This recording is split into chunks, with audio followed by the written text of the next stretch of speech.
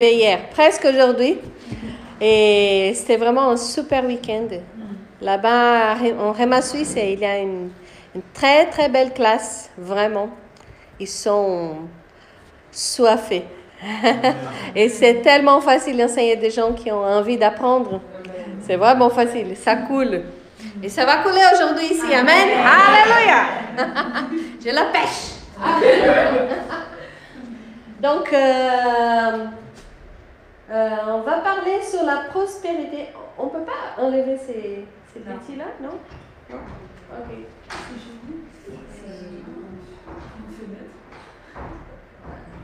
C'est mieux comme ça. Comme ça, on reste concentré. Donc, on va parler sur la volonté de Dieu par rapport à la prospérité biblique. C'est un sujet... Bon, merci, Ray, tu as fait l'introduction. Et ça a tout à voir avec ce qu'elle a dit. Le Saint-Esprit est vraiment le maître et il nous guide. Quoi? Ah, le microphone, il faut que je reste à côté. Je peux le mettre... non, je ne peux pas le mettre dans ma poche parce que je n'ai pas de poche. Ok, je les tiens parce que je veux bouger. Donc, on peut passer au prochain. Ouais. Donc, on va voir comment Dieu a tout commencé. Parce que quand on veut vraiment savoir la volonté de Dieu pour l'humanité, il faut voir comment Dieu a créé l'humanité. Et comment il a créé la terre et comment il a créé les choses. Donc, dans le livre de Genèse 1, verset 26 à 28, il dit « Puis Dieu dit, faisons l'homme à notre image, selon notre ressemblance, et qu'il domine sur les poissons de la mer, sur les oiseaux du ciel, sur le bétail, sur toute la terre et sur tous les reptiles qui rampent sur la terre. Dieu créa l'homme à son image, il les créa à l'image de Dieu, il créa l'homme et la femme. Dieu les bénit et Dieu leur dit, soyez féconds, multipliez, remplissez la terre et assujettissez et dominez sur les poissons de la mer, sur les oiseaux du ciel et sur tout animal qui s'émet sur la terre. Amen. Amen. Donc, quand Dieu a créé toutes les choses, il y avait un équilibre parfait dans la terre. Et l'homme, il était chargé de prendre soin de la terre. Il était chargé de dominer, il était fécond, il avait le don de multiplier, il pouvait remplir la terre, il pouvait assujettir et encore dominer sur tous les animaux. La terre, elle avait la provision pour tout ce que l'homme il avait besoin. Et l'homme, c'était quelqu'un qui était capable de pas simplement gérer ce que Dieu a fait, mais aussi de multiplier ce que Dieu a fait. Donc là, on voit vraiment que la terre, elle était prospère. La terre, elle produisait en abondance. Et l'homme, il avait aussi la capacité et les dons de produire encore plus en abondance. Amen. Donc, quand Dieu a créé la terre et l'homme, ils étaient en parfaite harmonie et tout était bien. Amen. Amen. Tout était bien. Et ça, c'est la volonté de Dieu pour nous. Si on veut savoir quelle est la volonté de Dieu pour nous, il faut voir comment il a créé les choses. Donc, il nous a créés comme ça pour qu'on puisse vivre de cette façon. Que l'homme, il a le bonheur qu'il puisse dominer, multiplier, produire des choses. C'est pas simplement avoir les choses, mais aussi avoir, comme Irène a bien parlé, le don de travailler, de travailler pour la joie. L'homme ici, il ne travaillait pas pour avoir de l'argent. Il travaillait parce que ça faisait partie de ce que Dieu a mis en lui comme nature. Donc, nous avons cette nature de produire des choses, de travailler. Le travail, c'est une bénédiction. Le travail, c'est quelque chose que Dieu nous a donné pour qu'on puisse multiplier des choses. Et à la fin de la journée, on regarde, et comme Dieu a regardé tout, il a dit, c'est bon ce que j'ai fait. C'est ça la volonté de Dieu pour le travail. Aujourd'hui, on vit dans un monde qui est dans un système babylonique. Les choses, elles ont changé après la chute. Et l'homme, quand la chute, elle est arrivée dans la vie de l'homme, le péché. Donc, l'une des malédictions que l'homme a reçues, c'était vous allez travailler avec les sueurs de votre quoi? Front. Vous allez travailler avec les sueurs de votre front. Ça veut dire que les choses vont être difficiles. Mais avant, c'était juste le travail, c'était pas difficile. Amen. On va passer au prochaine image. Donc Dieu a donné à l'homme toutes les provisions nécessaires pour qu'il ait une bonne vie ici sur terre. Après tout cela, il a permis d'être enregistré son immense satisfaction. Dieu vit tout ce qu'il avait fait et voici, cela était très bon. Amen. Ce que Dieu a fait, c'est bon. Il était bon et c'est toujours bon. Amen. Donc, c'est la volonté de Dieu qu'on puisse avoir une vie prospère et bénie. En fait, j'ai sauté, mais on peut revenir? L'une des choses que Dieu a fait aussi, il a béni. Dieu a béni l'homme. Donc, Dieu a proféré le mot bénédiction.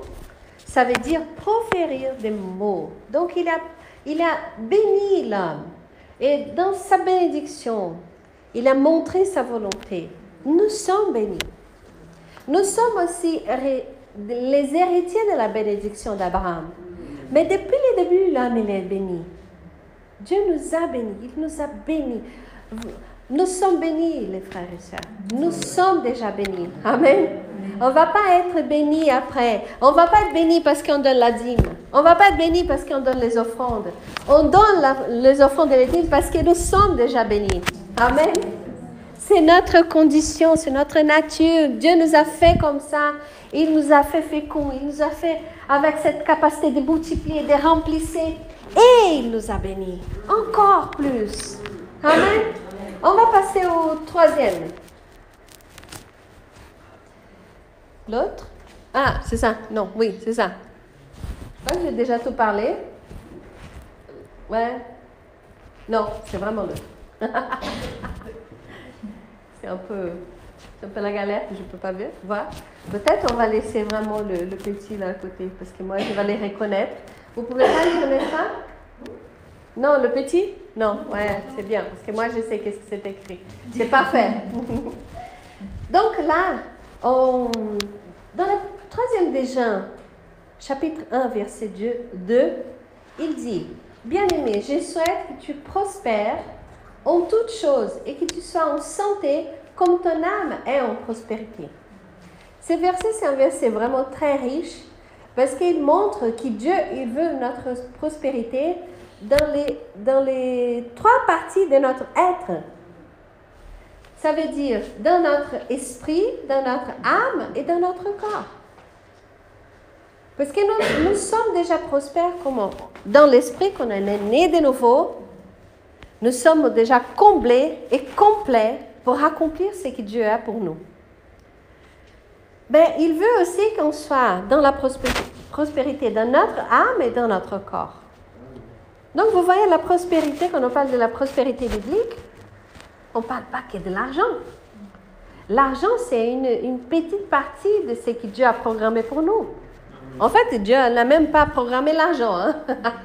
L'argent, c'est un outil dans le monde actuel pour qu'on puisse avoir des choses. Mais Dieu n'a pas programmé l'argent non plus. Quand il a fait l'homme, la nature, elle était là, on pouvait s'en servir. Aujourd'hui, les choses ont changé à cause de la chute. Ce n'était pas un programme de Dieu. Mais aujourd'hui, on peut utiliser de l'argent pour bien vivre. Parce que ça fait partie, pour avoir la provision dans notre corps, on utilise l'argent pour manger, pour s'habiller, pour rouler, pour habiter. Mais la volonté de Dieu, c'est que ça soit complète dans tout notre être. Que notre âme aussi, elle soit dans la prospérité. Et qu'est-ce que c'est une âme qui est dans la prospérité? Une âme dans la prospérité, c'est une âme qui est équilibrée dans ses émotions. Une âme qui arrive à avoir la solution pour chaque petit problème qui arrive dans sa vie. Parce qu'une vie de prospérité, ce n'est pas non plus avoir une vie qui n'a pas de problème, qui n'a pas de défi. Amen? Mais à chaque nouveau défi, nous avons la solution. Peu importe si c'est dans le domaine des finances, si c'est dans notre ministère, si c'est dans nos sentiments, il y a toujours une solution. C'est la provision de Dieu pour cette situation. Donc, si nous sommes dans la tristesse, nous avons en Dieu la provision, c'est la joie. Amen. Si nous sommes dans le désespoir, nous avons la provision de Dieu, c'est la paix. La Bible parle d'une paix qui surpasse toute la compréhension humaine. C'est une paix qu'on ne peut même pas la comprendre avec notre tête. Mais notre âme, elle peut profiter de cette paix qui vient de notre esprit. Donc nous sommes plantés, nous sommes griffés dans un arbre qui coule une sève. Et cette sève, elle vient directement de Dieu. Les choses matérielles sont juste une conséquence des choses spirituelles que nous avons. Donc, quand on parle de la prospérité biblique pour les croyantes, on n'est pas en train de parler de devenir milliardaire, de devenir hyper méga riche pour pouvoir accumuler et dire, voilà, j'ai une grosse voiture. Si tu as une belle voiture, ça, c'est pas un problème pour Dieu non plus. Amen. Si tu as une belle maison, c'est pas un problème. Si tu peux voyager en première classe, c'est pas un problème. On voit que Jésus, il traitait les richesses d'une façon tellement différente. Comme Irène a donné l'exemple de la dame qui a acheté l'huile. Jésus, il n'était pas scandalisé. Il dit, mais c'est du gaspillage, ça. Non, Jésus, il a dit, laisse-la faire. Elle fait avec tout ce qu'elle a. Donc, Jésus, il traitait les richesses du monde d'une façon différente. Parce que Jésus, il ne faisait pas partie de ce monde comme nous, on ne fait pas partie de ce monde. Amen. Alléluia. L'argent, il est notre serviteur ici sur cette terre. Comme toutes autres choses, ils sont là pour nous servir dans la mission que Dieu nous a mis. Et tout ce que nous avons besoin de faire, il y a toujours la provision de Dieu disponible pour nous. Amen. Alléluia. Dieu, il souhaite qu'on puisse avoir une bonne vie. On a vu en Genèse, ils avaient une bonne vie, tout était bien. Ils étaient remplis, ils avaient l'équilibre. L'homme et femme, ils étaient en équilibre. Il n'y avait pas de différence entre eux. Tout était bien.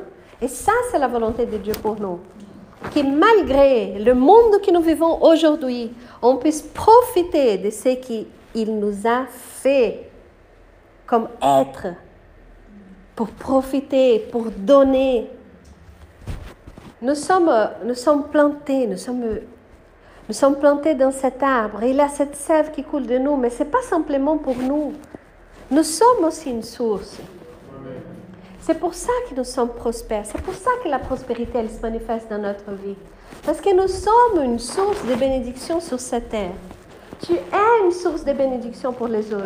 Peu importe quel est le domaine. Tu as la solution pour les gens qui n'ont pas Jésus. Tu as la solution dans les domaines spirituels, dans l'âme et dans le corps. Parce que c'est toi la source aujourd'hui. Jésus, il s'y manifeste ici sur terre aujourd'hui, à travers nous. Et c'est pour ça qu'on donne de l'argent. Ça fait partie de notre rôle, autant qu'Église, autant que corps de Christ, de donner ce que nous avons. Mais ce n'est pas que de l'argent qu'on donne. Ce n'est pas que des ressources matérielles qu'on donne. C'est beaucoup plus au-delà. Et quand on commence à comprendre ça, c'est beaucoup plus facile de maîtriser notre cœur quand Dieu dit « Je peux vous donner en abondance » et ne pas tomber dans l'avarice et de désirer plus. Parce qu'on sait qu'est-ce qu'on est en train de faire. On sait ce que nous sommes. Dieu, tu peux me donner, ce n'est pas un problème. Je peux devenir milliardaire et je continuerai à être une source. Je continuerai à comprendre que tout ce que tu me donnes, ça ne vient pas de moi, ça vient de toi. Amen. On va continuer à travailler en partenariat. Et tu vas pouvoir continuer à me utiliser pour ton royaume. Parce que l'argent, il ne nous tient pas. Il n'est pas notre Seigneur. Il est notre serviteur. Amen. Alléluia. Donc, les mots éodo qu'on a vu dans les 1 Jean 3, 2, c'est en fait, il est composé de deux mots en grec. Éo et odos. Donc, éo, ça veut dire être bien. Et odos, ça veut dire un parcours. C'est pour ça que j'ai mis cette belle photo. Donc, l'essence de mot prospérité, que ton âme soit prospère comme ton corps, ton esprit et c'est concevoir un voyage prospère et diligent, mené par une voie directe et facile. Accorder un succès, faire prospérer. Prospérer et être heureux. C'est ça l'essence du mot Éodo. Donc, quand on parle de prospérité, on parle d'un chemin, un parcours avec le Seigneur. La prospérité, elle n'est pas réduite à la fin du mois quand tu reçois ta paye. Pas du tout. La prospérité, c'est le chemin qu'on va parcourir avec le Seigneur. Un chemin de bien-être, de provision. On va, comme le Seigneur Jésus, comme Moïse, comme d'autres dans la Bible, on va goûter des moments de miracles, des manifestations surnaturelles de la provision de Dieu. Mais on va goûter aussi d'une vie tranquille, paisible, le jour à jour. On se lève, il y a le pain, il y a le café, il y a les croissants pour ceux qui aiment. Après, on peut manger le midi. À la fin du mois, on paye les loyers et tout va bien. Et les vacances vont arriver, on va pouvoir voyager. Tout va bien. C'est l'équilibre dans la vie d'être humain. La provision. Vous savez, pour nous, ici en France, c'est beaucoup plus facile de concevoir ces choses parce que nous sommes dans un pays qui a un confort quand même. Mais quand on vient de l'Amérique du Sud et on est confronté à cette différence de classe tellement brutale, où il y a une personne dans un côté qui va manger du caviar et l'autre qui n'a pas à manger, c'est vraiment, ça frappe. Donc parfois on n'arrive pas à comprendre que nous sommes déjà dans la prospérité, parce qu'on n'est pas confronté avec la pauvreté. Mais la pauvreté, elle existe. La pauvreté, c'est quelque chose qui peut massacrer, qui peut tuer une personne. Elle peut être morte parce qu'elle n'a pas à manger. Donc, nous sommes déjà très privilégiés en tant que pays, en tant que peuple. On a toujours à manger. On a un lieu où dormir. On a un lit chaud. Alléluia. C'est souvent chaud. Si ce n'est pas chaud, on a des couvertures. N'est-ce pas, Fernando? C'est déjà chaud? Alléluia. Mais nous sommes bénis. Mais indépendamment d'où nous sommes, dans quel pays nous sommes, la prospérité, elle est disponible pour chaque chrétien. Vous savez, je suis sur Instagram une fille qui habite à Guarulhos, la ville où je suis née. Je ne la connais pas. Mais un jour, je suis tombée sur une publication que quelqu'un a partagée. Et c'est une fille qui vit dans une maison vraiment très, très simple. C'est une maison en briques. Donc, ils n'ont pas eu l'argent de faire découvrir les briques. Donc, on voit les briques crues. Par terre, elle a pu mettre du ciment, mais elle n'a pas encore l'argent pour mettre du carrelage. Et elle a acheté des meubles vraiment très, très simples. Mais cette fille, elle a un esprit de prospérité. Sa maison, elle est impeccable. Elle met des photos. Et ça fait les buzz au Brésil parce que c'est impressionnant son esprit d'excellence au milieu de la simplicité qu'elle vit. Tout est nickel, tout est bien rangé. Elle n'avait pas un truc pour mettre à côté de son lit, donc elle a pris 2 blocs. C'est comme des briques en béton, vous savez, les plus grands. Elle a parpaing. Elle a mis 2 parpaings, elle a fait une petite peinture en blanc, elle a mis un pot de fleurs et c'est vraiment joli. Un esprit d'excellence au milieu de la simplicité. Donc personne ne peut dire que cette fille, elle n'est pas prospère. Parfois, elle met le plat qu'elle fait pour sa famille. C'est des choses vraiment simples. Mais on voit l'esprit d'excellence qu'elle prépare ses plats pour sa famille. C'est magnifique. C'est magnifique. Donc la pauvreté et la prospérité, elle vient de l'intérieur. Vous savez, au Brésil, ils ont pris un quartier qui avait une favela vraiment grande à São Paulo. Et ils ont construit des bâtiments au lieu de la favela. Et ils ont mis les gens de la favela dans ces bâtiments. Parce qu'ils voulaient vraiment donner plus d'opportunités à ces gens. C'était le gouvernement de la ville, je crois, qui a fait ça, le maire. Mais après quelques temps, les gens, ils ont tagué tout le bâtiment. Il était sale. Ils ont jeté la poubelle autour du bâtiment. Et ils ont même commencé à construire la favela autour du bâtiment. Et ils ont enlevé les gens de la favela, mais ils n'ont pas enlevé la favela de l'intérieur des gens. Ils avaient cet esprit de pauvreté en eux. Ils ne voyaient pas l'opportunité qu'ils avaient. Ils n'avaient pas un esprit d'excellence pour maintenir le bâtiment qu'ils ont reçu. Donc la pauvreté et la prospérité, c'est un état d'esprit. Et nous, en tant que chrétiens, nous avons cette prospérité en nous. Nous avons l'esprit de la prospérité qui coule en nous. C'est pour ça qu'on doit faire attention à certaines actions que nous faisons, que nous menons. Comment on prend soin de notre maison? Comment on prend soin de notre vie? Comment on prend soin de nos affaires? Est-ce que nous avons un esprit d'excellence quand on fait ça, ou nous avons un esprit de pauvreté? Un esprit d'excellence, il va être propre, il va être correct, il ne va pas gaspiller, il va prendre soin.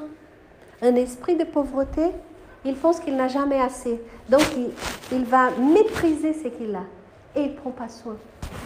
Et c'est dans les petites choses qu'on manifeste ce que Dieu a mis en nous.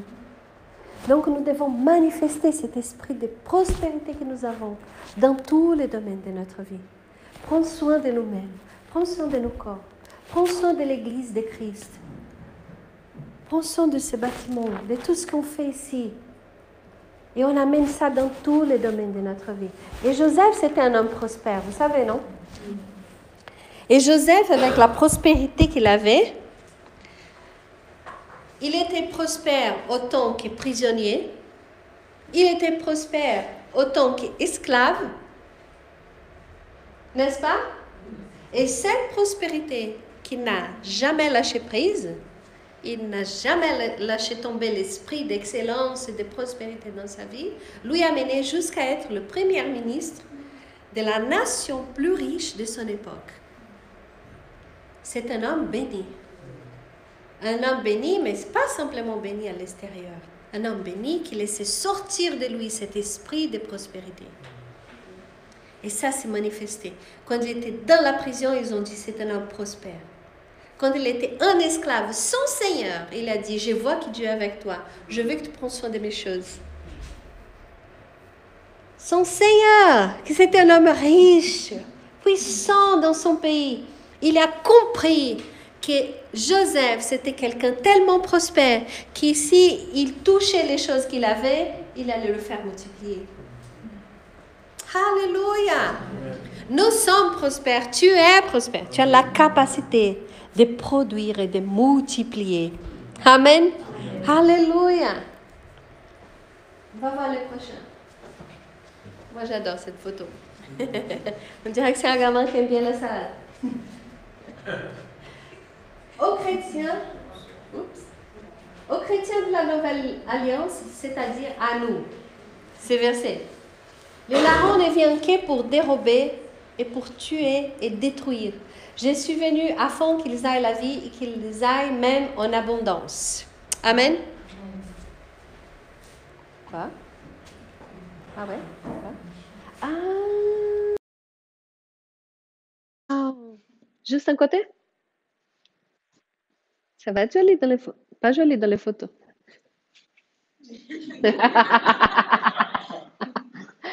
Donc là, Jésus a parlé de ça.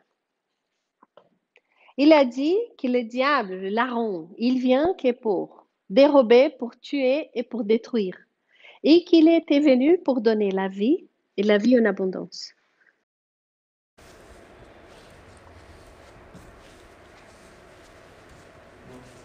Bon, je le tiens. Ça va comme ça?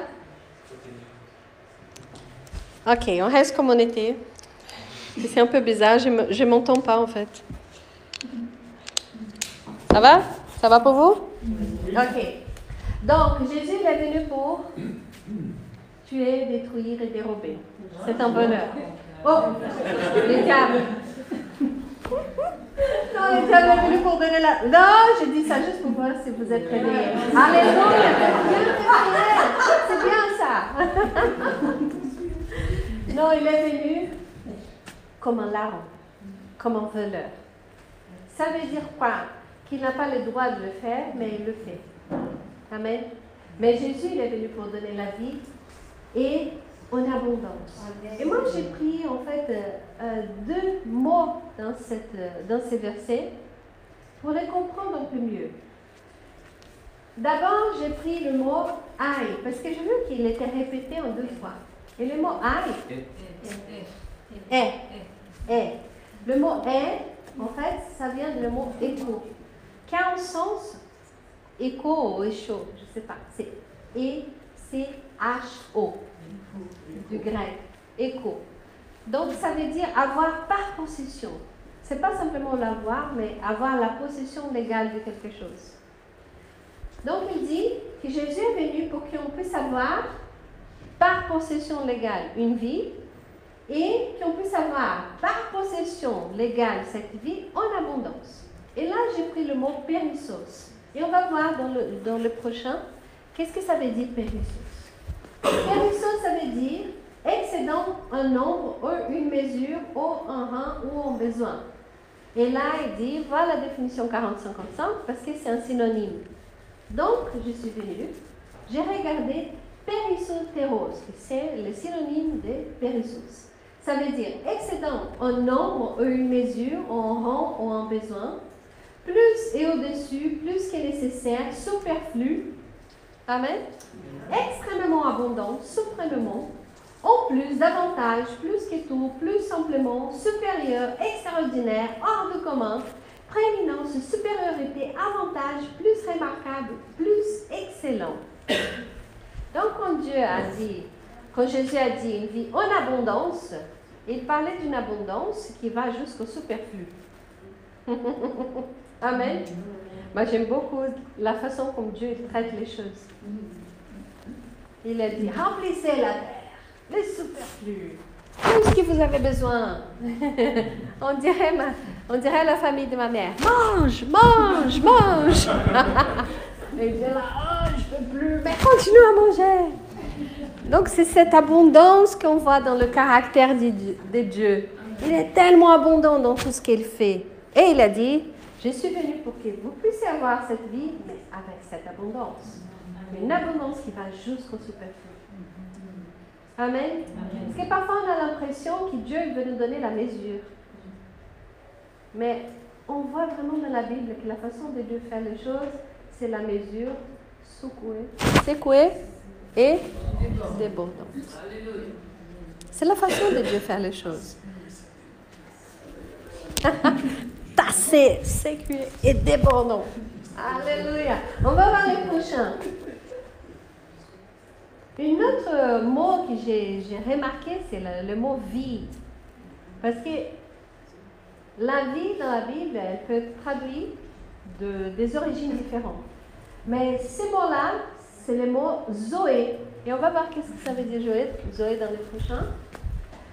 Zoé, ça peut être la vie simplement, qui c'est l'état de celui qui possède la vitalité, qui est animé, toute l'âme vivante, comme une plante, un animal, ou la plénitude absolue de vie, à la fois essentielle et morale, qui appartient à Dieu, et à Christ, dans lequel le Logos a mis la nature humaine. La vie réelle et véritable, une vie active et vigoureuse, vouée à Dieu, bénie même dans ce monde, pour ceux qui mettent leur confiance en Christ et qui aboutira après la résurrection à de nouvelles ascensions dans un corps parfait et pour l'éternité. Amen. Donc c'est la manifestation. Zoé, c'est qui? Dieu a mis dans l'homme quand il l'a fait. Il a fabriqué l'homme et il a soufflé sa vie en lui, son propre esprit. Donc nous avons la vie de Jésus, la propre vie de Jésus en nous. Et cette vie, Jésus dit qu'il est venu pour nous donner en abondance. Donc on va au prochain, juste pour voir un résumé du verset. Donc dans Jean 10, c'est comme Jésus il avait déclaré qu'ils aient la possession par droit de la plénitude de la vie Zoé de Dieu, et qui par possession et droit, cette vie, qu'elle soit abondamment, suprêmement, plus qu'au-dessus, plus que nécessaire, jusqu'au superflu, supérieur, extraordinaire, hors du commun, en prééminence, en supériorité, en avantage, plus remarquable, plus excellent. Amen. Donc cette vie en nous, elle vient produire des choses. Elle est en elle-même la bénédiction de Dieu en manifestation. Elle est en elle-même la prospérité divine en manifestation. Une prospérité qui touche notre esprit, notre âme et notre corps. Une prospérité qui nous amène à la guérison divine. Une prospérité qui nous amène aussi à avoir tout ce que nous avons besoin pour cette vie. Et pas simplement pour nous, mais aussi pour les autres. Parce qu'on va jusqu'au superflu, jusqu'au supérieur, au extraordinaire, au hors du commun. On a vu beaucoup de hors du commun dans la vie de Jésus, quand il traitait avec les circonstances de la vie. Lui, il avait des sponsors dans son ministère. La Bible parle des femmes qui soutenaient Jésus financièrement, des femmes qui marchaient avec lui, c'était des femmes riches et qui soutenaient son ministère. Donc, il avait ses jours à jour de ministère. Mais il avait aussi les superflus, les extraordinaires.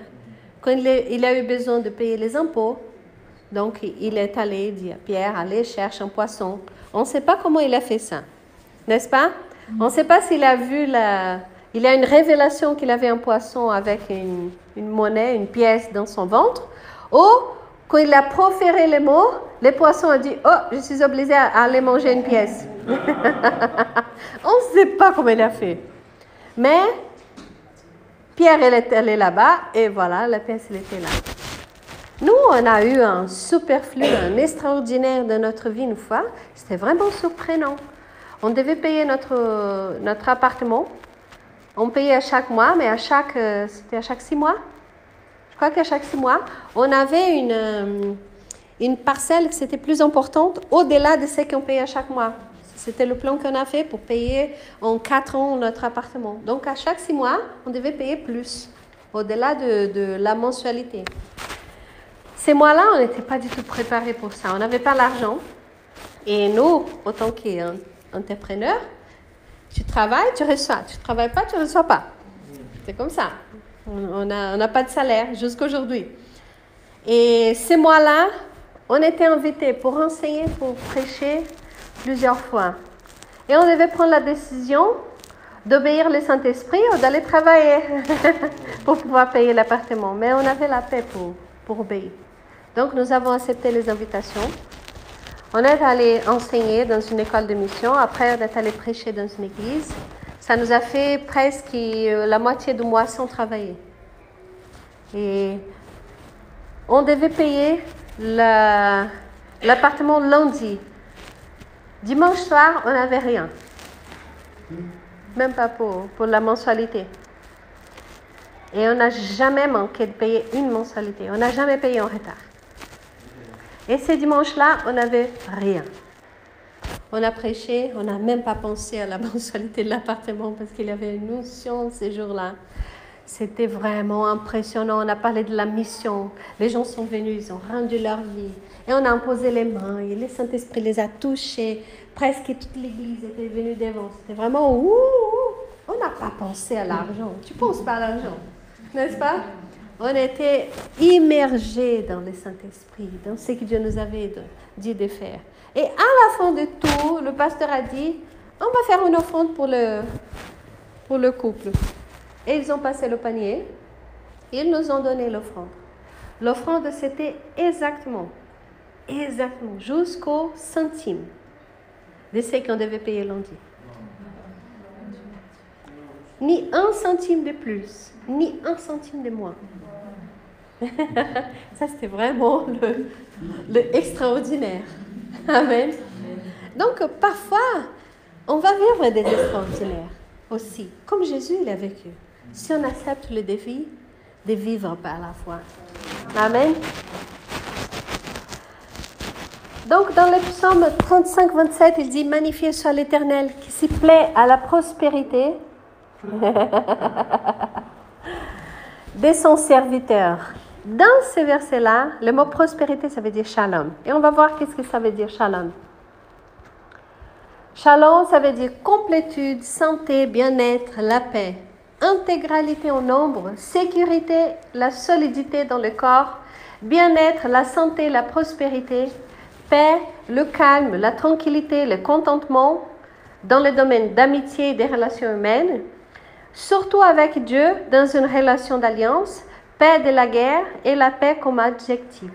Donc on voit ici que le mot shalom, c'est une très belle définition de la prospérité dans son intégralité. Parce que ça parle de l'âme, de l'esprit et de le corps de l'homme. Donc, dans le verset, il parle que Dieu s'y plaît. Le verset antérieur. Ouais. Qu'il s'y plaît à la prospérité de son serviteur. Parfois, c'est traduit comme le mot paix. Parfois, c'est traduit comme le mot prospérité. Pourquoi? Parce que c'est la prospérité dans son sens large, vraiment. Le shalom. Donc, quand quelqu'un te dit shalom, il est en train de te désirer tout ça. Amen. La prospérité biblique dans le sens complet. Donc, on va regarder le 13. C'est le psaume 23. Donc, j'ai mis une photo de vous. L'Éternel est mon berger, je ne manquerai de rien. Il me fait reposer dans les verts pâturages. Il me mène vers des eaux paisibles. Il restaure mon âme. Il me conduit dans les sentiers de la justice à cause de son nom. Même quand je marcherai dans les vallées de l'ombre de la mort, je ne craindrai aucun mal, car tu es avec moi. Ton bâton et ta houlette me consolent. Tu dresses une table devant moi en présence de mes ennemis. Tu as ma tête d'huile et ma coupe déborde. Oui, les biens et la miséricorde m'accompagneront tous les jours de ma vie et j'habiterai dans la maison de l'Éternel pour l'éternité. Amen. Amen. Alléluia. Donc, le psaume 23, c'est vraiment une révélation que Dieu a donnée à David de le caractère de Dieu, qui il est, qu'est-ce qu'il désire et qu'est-ce qu'il fait pour nous. Et savoir, avoir cette confiance, comme Irène a bien parlé, avoir cette relation de confiance avec Dieu, ça va nous amener à une vie de prospérité. Parce que sans la foi, on ne peut pas la vivre. On ne peut pas vivre cette plénitude de la prospérité, de shalom de Dieu dans notre vie si on ne fait pas confiance à lui. C'est une relation que nous avons avec lui. C'est dans l'intimité, dans la connaissance de qui il est et qui nous sommes en lui qu'on va pouvoir vivre ça. Ce n'est pas un jeu de je donne, je reçois. Ce n'est pas un jeu de je vais bargagner, non. Bargagner, on dit ça, non? On ne dit pas ça. Je vais négocier avec Dieu. J'ai la foi, je donne, je vais le recevoir. Non, c'est une relation vraiment de confiance, de partenariat. Faire confiance à lui pour pouvoir vivre dans cette vie qu'il a planifiée pour nous. Amen. Donc, nous, on sait bien qu'on n'est pas de ce monde. Amen. Si vous étiez du monde, le monde, c'est encore une photo de vous. Le monde aimerait ce qui est à lui. Mais parce que vous n'êtes pas du monde et que je vous ai choisi du milieu du monde, à cause de cela, le monde vous haït. On ne fait pas partie de ce monde. Donc, nous ne pouvons pas vivre comme le monde il vit. Nous ne pouvons pas espérer avoir les résultats de la Bible en vivant la façon du monde. Amen. On peut vivre à la façon du monde. Bien sûr qu'on peut. Mais si on va vivre à la façon du monde, on n'aura pas les résultats. Le monde dit retiens, retiens, retiens. Moi, moi, moi. Ronnie a bien parlé. Le proverbe dit que 200 sucres. Donne, donne. Donne, donne, donne, donne. Moi, moi, moi, moi. C'est dans le livre des proverbes. C'est l'égoïsme, l'avarice. Ça, c'est le monde. Mais nous, on n'est pas de ce monde. Nous sommes des extraterrestres. On est très jolis. Et le prochain verset. Non, il n'y a pas un verset. Mais la prochaine image.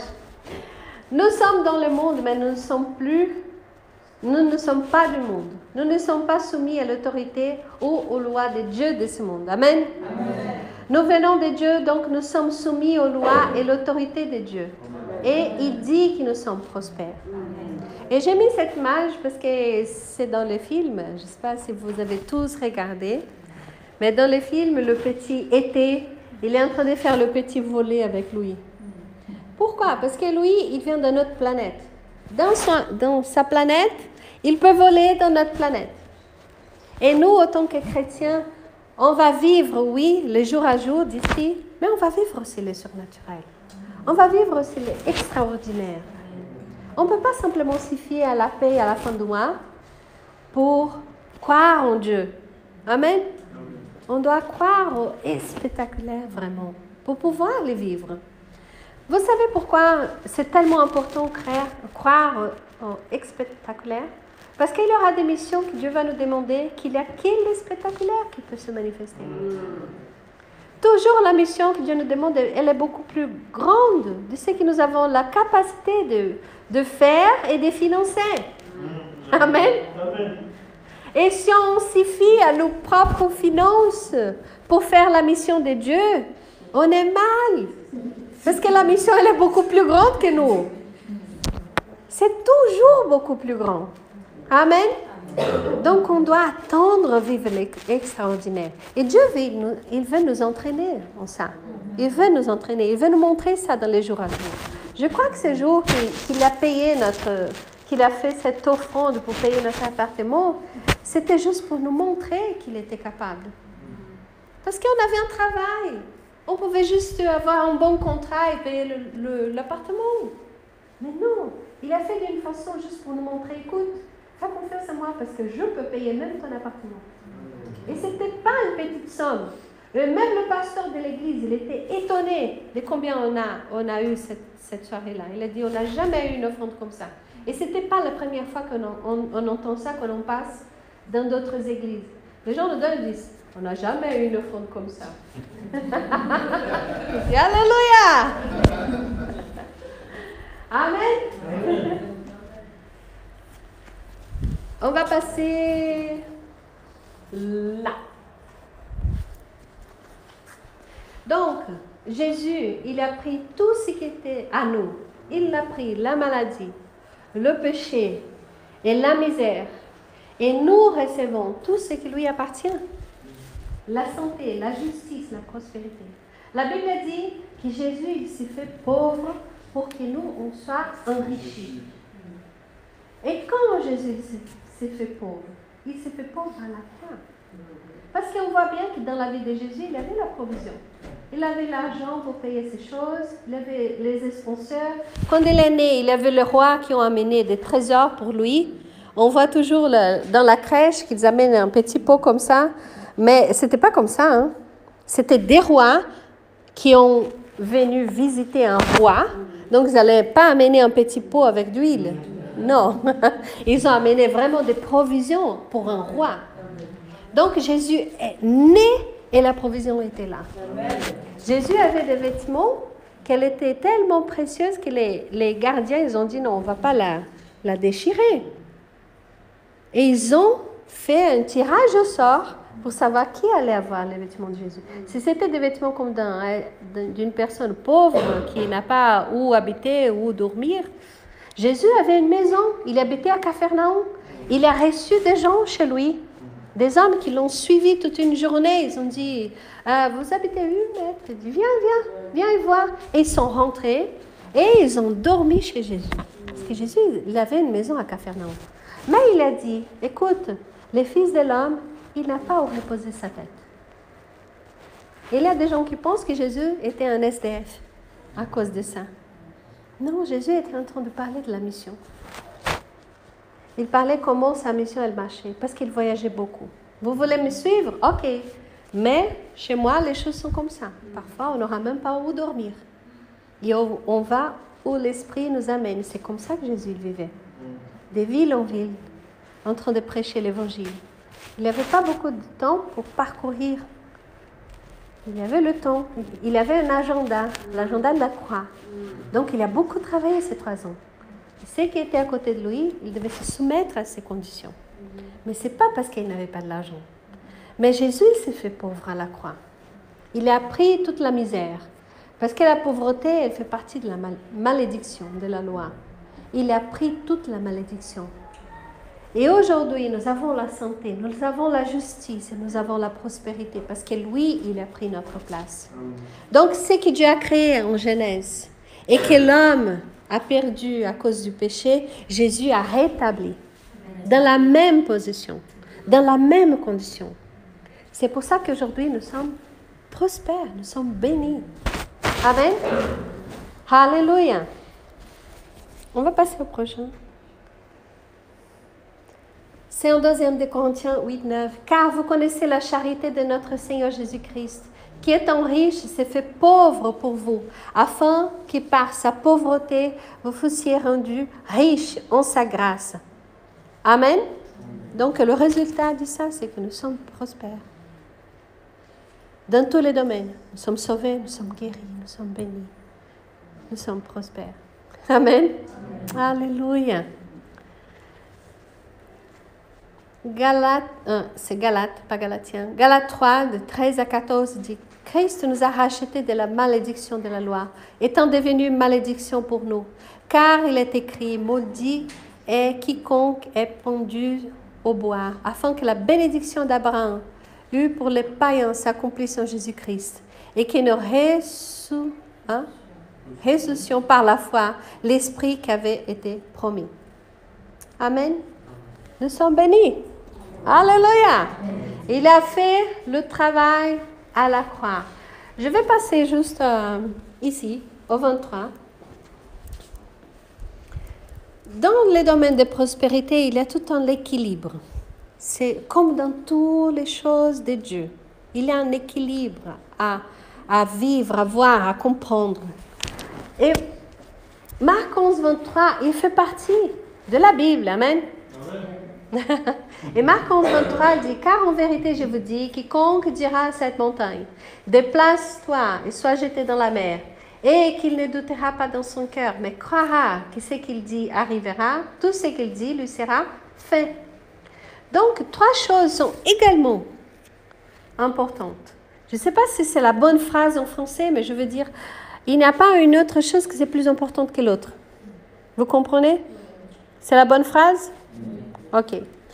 Donc, les 3 choses, c'est la loi de la sémence et la récolte. On donne et on reçoit. La foi, ça veut dire croire avec tout ton cœur. Pas simplement la foi, juste confesser, mais croire avec tout ton cœur. Et là, on rentre vraiment dans ce qu'Irène a parlé. Avoir cette confiance, mais une confiance sans prétention. Juste croire. Et cette foi qui croit, elle parle. Amen. Cette foi qu'elle n'est pas attachée à ce qu'elle va recevoir. Elle croit parce qu'elle croit. C'est la foi pure. Je crois, je fais confiance à Dieu. Je fais confiance à ce qu'il dit. Je fais confiance à ce que Jésus a fait. Cette foi, elle parle aussi. Et la 3e chose, c'est le travail. Amen. Quand on parle de prospérité, on a vu que Dieu a créé l'homme pour dominer, pour multiplier, pour assujettir. Donc l'homme a ce don de multiplier les choses. Donc la prospérité, elle va passer pour nous. J'ai beaucoup aimé ce que tu as dit, Reine. Comme elle a bien dit, on va produire des choses.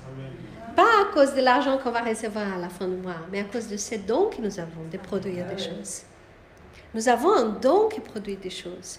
On peut aider les personnes. On peut fabriquer des choses. On peut construire des choses.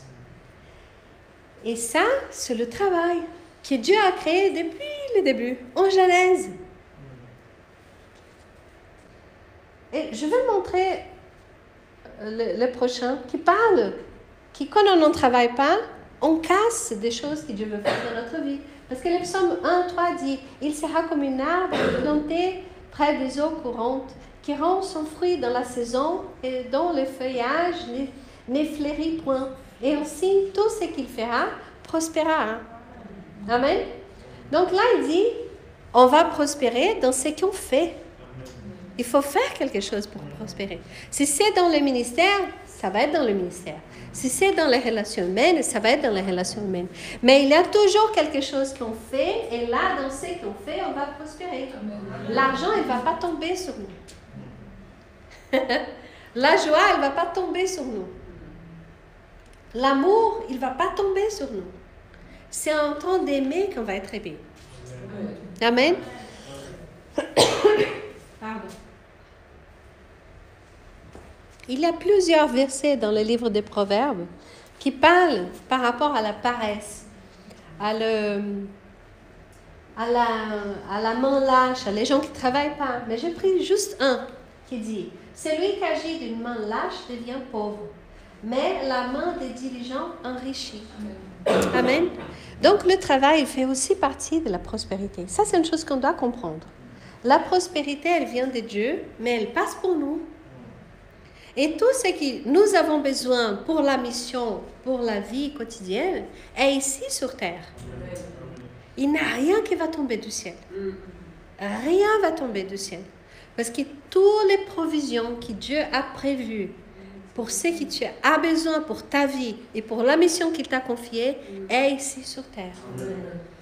Et nous, comme une source qui nous sommes, les uns et les autres, on va produire, on va donner, on va bénir et on va recevoir. C'est comme ça que ça marche dans les royaumes. Dans ces mondes babyloniques, plus on a, plus on veut. Donc ceux qui sont riches, ils deviennent encore plus riches et ceux qui sont pauvres deviennent encore plus pauvres. La richesse du monde, elle n'augmente, elle ne diminue pas. Elle change de main. Après la crise, c'était 2008, les riches, ils se sont enrichis beaucoup plus. Ronnie a des nombres, c'est quoi? Je te rappelle un peu? Combien de pourcents de la richesse est dans la main de... 80% de la richesse est dans la main de 1% des personnes. 80% de la richesse que nous avons sur la terre est sur la main de 1% des personnes. Donc tout ce que nous avons besoin est sur la terre, est disponible. Et si on suit ce que Dieu nous demande de faire, si on lui obéit, si on avance avec lui, on va récolter des choses qu'il a prévues pour nous, pour qu'on puisse accomplir ce qu'il veut qu'on puisse accomplir. Amen. Matthieu 6, 33, il dit, « Mais cherchez premièrement le royaume de Dieu et sa justice, et toutes ces choses vous seront données par-dessus. » Donc, chaque chose a une place dans notre vie. La première place, c'est le royaume. Les finances, l'argent, le travail ne peut pas prendre le dessus de notre vie. Amen. Tu vas être vraiment béni, mais pas simplement enrichir la poche, mais enrichir ta vie, enrichir ton âme, enrichir ton esprit. Mets Dieu en première place de ta vie. Amen. Et toutes les autres choses, elles viendront par-dessus. Elles t'accompagneront. Amen. C'est une vie de foi. Dans les versets juste avant, il dit « Ne vous inquiétez pas ». C'est une vie de foi, ce que Dieu nous appelle à vivre. Amen. Alléluia. Dieu est bon. Amen. On va passer à la Sainte Seine. Donc, je passe la parole à Benoît.